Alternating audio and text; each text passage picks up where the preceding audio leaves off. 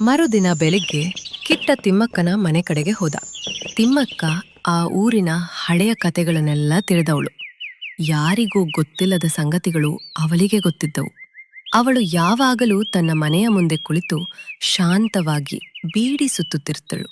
ಊರಿನ ಎಲ್ಲಾ ರಹಸ್ಯಗಳು ಅವಳ ಮನಸ್ಸಿನಲ್ಲಿ ಇನ್ನೂ ಜೀವಂತವಾಗಿದ್ದಂತೆ. ತಿಮ್ಮಕ್ಕ, ನಿಮ್ಗೆ ಈ ಪಾಳು ಮನೆ ಬಗ್ಗೆ ಗೊತ್ತಾ? ಯಾಕಪ್ಪ, ಆ ಮನೆ ಬಗ್ಗೆ ಯಾಕೆ ಕೇಳ್ತಿದ್ಯಾ? ಅಲ್ಲಿ ಒಬ್ಬ ಯುವಕ ಬಂದಿದ್ದಾನೆ. ಅದು ಅವನ ಅಜ್ಜನ ಮನೆ ಅಂತ. ಅವನು ತನ್ನ ತಂದೆಯನ್ನು ಹುಡುಕ್ತಿದ್ದಾನೆ. ತಿಮ್ಮಕ್ಕ ಒಂದು ಕ್ಷಣ ಮೌನವಾಗಿದ್ದಳು. ಆಮೇಲೆ ಅವಳು ಕಿಟ್ಟನನ್ನು ಹತ್ತಿರ ಕರೆದಳು. ನಿನಗೊಂದು ರಹಸ್ಯ ಹೇಳ್ತೀನಿ ಕಿಟ್ಟ. ಆ ಮನೆ ಯಜಮಾನ ಶಂಕರಪ್ಪ ನನ್ನ ಗೆಳೆಯ. 20 ವರ್ಷದ ಹಿಂದೆ ಅವನಿಗೊಂದು ಮಗ ಹುಟ್ಟಿದ. ಆದರೆ ಅವನ ಹೆಂಡತಿ ಹೆರಿಗೆಯಲ್ಲೇ ಸತ್ತೋದಳು. ಶಂಕರಪ್ಪನಿಗೆ ಬೇರೆ ಮದುವೆಯಾಗಿತ್ತು. ಆಕೆಗೆ ಆ ಮಗುವನ್ನ ಸಾಕೋಕೆ ಇಷ್ಟವಿರ್ಲಿಲ್ಲ. ಆಕೆ ತನ್ನ ಗಂಡನಿಗೆ ಬೆದರಿಕೆ ಹಾಕಿದಳು, ಈ ಮಗು ಇದ್ರೆ ನಾನಿಲ್ಲ ಅಂತ. ಶಂಕರಪ್ಪ ಬೇರೆ ದಾರಿ ಕಾಣದೆ ತನ್ನ ಮಗುವನ್ನ ತನ್ನ ತಾಯಿ ಜೊತೆ ಕಳುಹಿಸಿದ. ಆಮೇಲೆ ಶಂಕರಪ್ಪನ 2ನೇ ಹೆಂಡತಿ ಸತ್ತೋದ್ರು. ಆದರೆ ಅವನು ತನ್ನ ಮಗನನ್ನು ಹುಡುಕಲು ಹೋಗ್ಲಿಲ್ಲ. ಅವನಿಗೆ ತನ್ನ ಮಗ ತನ್ನನ್ನು ಕ್ಷಮಿಸುವುದಿಲ್ಲವೋ ಎಂಬ ಭಯ. ಅವನು ಒಬ್ಬಂಟಿಯಾಗಿ ಬದುಕತೊಡಗಿದ. ವರ್ಷಗಳ ನಂತರ ಅವನು ಕಣ್ಮರೆಯಾದ. ಕಿಟ್ಟನಿಗೆ ಈಗ ಒಂದು ದೊಡ್ಡ ರಹಸ್ಯ ಸಿಕ್ಕಿತ್ತು. ಶಂಕರಪ್ಪ ಊರಿನ ಹೊರಗಿನ ಒಂದು ಗುಹೆಯಲ್ಲಿ ವಾಸವಿದ್ದಾನೆಂದು ತಿಮ್ಮಕ್ಕ ಹೇಳಿದಳು. ಆ ಗುಹೆಗೆ ಹೋಗುವ ದಾರಿ ತುಂಬಾ ಅಪಾಯಕಾರಿ. ಅಲ್ಲಿ ಕಾಡು ಪ್ರಾಣಿಗಳ ಭಯವೂ ಇತ್ತು.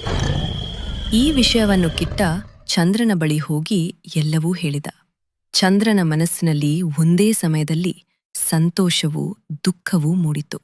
ಅವನು ನಿಧಾನವಾಗಿ ಕೇಳಿದ, ನನ್ನ ತಂದೆ ನನ್ನನ್ನ ನೋಡಲು ಭಯಪಡ್ತಾರಿಯೇ? ನಾನು ಅವರನ್ನ ಕ್ಷಮಿಸಲೇ ಇಲ್ಲವೆಂದು. ಆ ರಾತ್ರಿಯೇ ಅವರು ಗುಹೆಯ ಕಡೆಗೆ ಹೊರಟರು. ಕಿಟ್ಟನ ಜೊತೆ ರಂಗನೂ ಬರಲು ಸಿದ್ಧನಾದ. ಮೂವರು ಸೇರಿ ಕತ್ತಲೆಯ ದಾರಿಯಲ್ಲಿ ಮೆಲ್ಲನೇ ಸಾಗಿದ್ರು. ಮುಂದೆ ಏನೂ ಇದೆ ಎಂಬುದು ಗೊತ್ತಿರಲಿಲ್ಲ. ಆದರೂ ಅವರ ಹೆಜ್ಜೆಗಳು ನಿಲ್ಲಲಿಲ್ಲ. ಗುಹೆಯ ಬಳಿ ತಲುಪಿದಾಗ ರಾತ್ರಿ 12 ಗಂಟೆ. ಚಂದಿರನ ಬೆಳಕಿನಲ್ಲಿ ಗುಹೆಯ ಬಾಯಿ ಕಾಣುತ್ತಿತ್ತು. ಗುಹೆಯ ಒಳಗಿಂದ ಸಣ್ಣ ದೀಪದ ಬೆಳಕು ಮೆಲ್ಲನೆ ಹೊರಗೆ ಹರಿಯುತ್ತಿತ್ತು. ಅದರೊಳಗೆ ಯಾರೋ ಇದ್ದಾರೆ ಎನ್ನುವ ಭಾವನೆ ಮೂಡುತ್ತಿತ್ತು. ಯಾರ್ದು? ನಾನು ಚಂದ್ರ, ನಿಮ್ಮ ಮಗ. ಒಳಗೆ ಗಾಢ ಮೌನ. ಆಮೇಲೆ ಒಬ್ಬ ಮುದುಕ ಮೆಲ್ಲನೆ ಹೊರಗೆ ಬಂದ. ಅವನ ತಲೆ ಕೂದಲು ಪೂರ್ಣವಾಗಿ ಬೆಳ್ಳಗಾಗಿತ್ತು. ಮುಖದಲ್ಲಿ ದಟ್ಟ ಗಡ್ಡ ಬೆಳೆದಿತ್ತು. ಆದರೆ ಅವನ ಕಣ್ಣಲ್ಲಿ ನೀರು ತುಂಬಿಕೊಂಡಿತ್ತು. ಅವನು ಯಾರನ್ನೋ ಬಹುಕಾಲದಿಂದ ಕಾಯುತ್ತಿದ್ದಂತೆ ಕಾಣುತ್ತಿತ್ತು. ಚಂದ್ರ ಮೆಲ್ಲನೆ ಮುಂದೆ ಹೋದ. ಒಂದು ಕ್ಷಣ ಇಬ್ರು ಒಬ್ರನ್ನೊಬ್ರು ನೋಡ್ಕೊಂಡ್ರು. ಆಮೇಲೆ ಇಬ್ರು ಭಾವನೆಯಲ್ಲಿ ಮುಳುಗಿ ಒಬ್ರನ್ನೊಬ್ರು ಆಲಿಂಗಿಸಿಕೊಂಡ್ರು. ವರ್ಷಗಳ ದೂರ ಆ ಒಂದು ಕ್ಷಣದಲ್ಲಿ ಅಳಿದು ಹೋದಂತಾಯ್ತು. ಕಿಟ್ಟ ಮತ್ತು ರಂಗ ಆ ದೃಶ್ಯವನ್ನ ನೋಡಿ ಭಾವುಕರಾದ್ರು. ಅವರ ಕಣ್ಣಲ್ಲೂ ಅನಾಯಾಸವಾಗಿ ನೀರು ತುಂಬಿತು. ಶಂಕರಪ್ಪ ತನ್ನ ಮಗನನ್ನ ಗುಹೆಯೊಳಗೆ ಕರೆದುಕೊಂಡು ಹೋದ. ಒಳಗೆ ಒಂದು ಸಣ್ಣ ದೀಪ ಉರಿಯುತ್ತಿತ್ತು. ಆ ಮೃದುವಾದ ಬೆಳಕಿನಲ್ಲಿ ಗೋಡೆಗಳ ಮೇಲೆ ಹಳೆಯ ಫೋಟೋಗಳು ಕಾಣಿಸುತ್ತಿದ್ದವು. ಅವು ಚಂದ್ರನ ಬಾಲ್ಯದ ಫೋಟೋಗಳು. ಒಂದು ಮೂಲೆಯಲ್ಲಿ ಹಳೆಯ ಪತ್ರಗಳು ಇಡಲಾಗಿದ್ದವು. ಅವುಗಳಲ್ಲಿ ಚಂದ್ರ ಬೆಳೆದ ದಾರಿಯ ಪ್ರತಿ ನೆನಪು. ಪ್ರೀತಿಯಿಂದ ಉಳಿಸಿಕೊಳ್ಳಲಾಗಿತ್ತು. ಅವನು ದೂರದಲ್ಲಿದ್ದರು.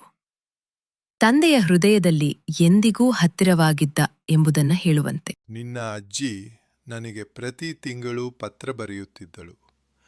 ನೀನು ಹೇಗೆ ಬೆಳೆಯುತ್ತಿದ್ದೀಯಾ, ಏನು ಮಾಡುತ್ತಿದ್ದೀಯಾ ಎಂದು ವಿವರವಾಗಿ ಬರೆಯುತ್ತಿದ್ದಳು. ನಾನು ನಿನ್ನನ್ನು ನೋಡಲು ತುಂಬ ಆಸೆಪಟ್ಟೆ. ಆದರೆ ನನ್ನ ಭಯ ನನ್ನನ್ನು ತಡೆಯಿತು. ನಾನು ನಿನ್ನನ್ನು ಬಿಟ್ಟು ಕಳುಹಿಸಿದ ತಪ್ಪಿಗೆ ನೀನು ನನ್ನನ್ನು ಕ್ಷಮಿಸುವುದಿಲ್ಲವೆಂದುಕೊಂಡೆ. ನಾನು ನಿಮ್ಮನ್ನು ಕ್ಷಮಿಸ್ತೇನಪ್ಪ. ನೀವು ನನ್ನನ್ನು ಕಳುಹಿಸಿದ್ದು ನನ್ನ ಒಳಿತಿಗಾಗಿ. ನಿಮಗೆ ಬೇರೆ ದಾರಿ ಇರಲಿಲ್ಲ. ಆದರೆ ಇನ್ನು ಮುಂದೆ ನಾವು ಒಟ್ಟಿಗೆ ಇರಬೇಕು.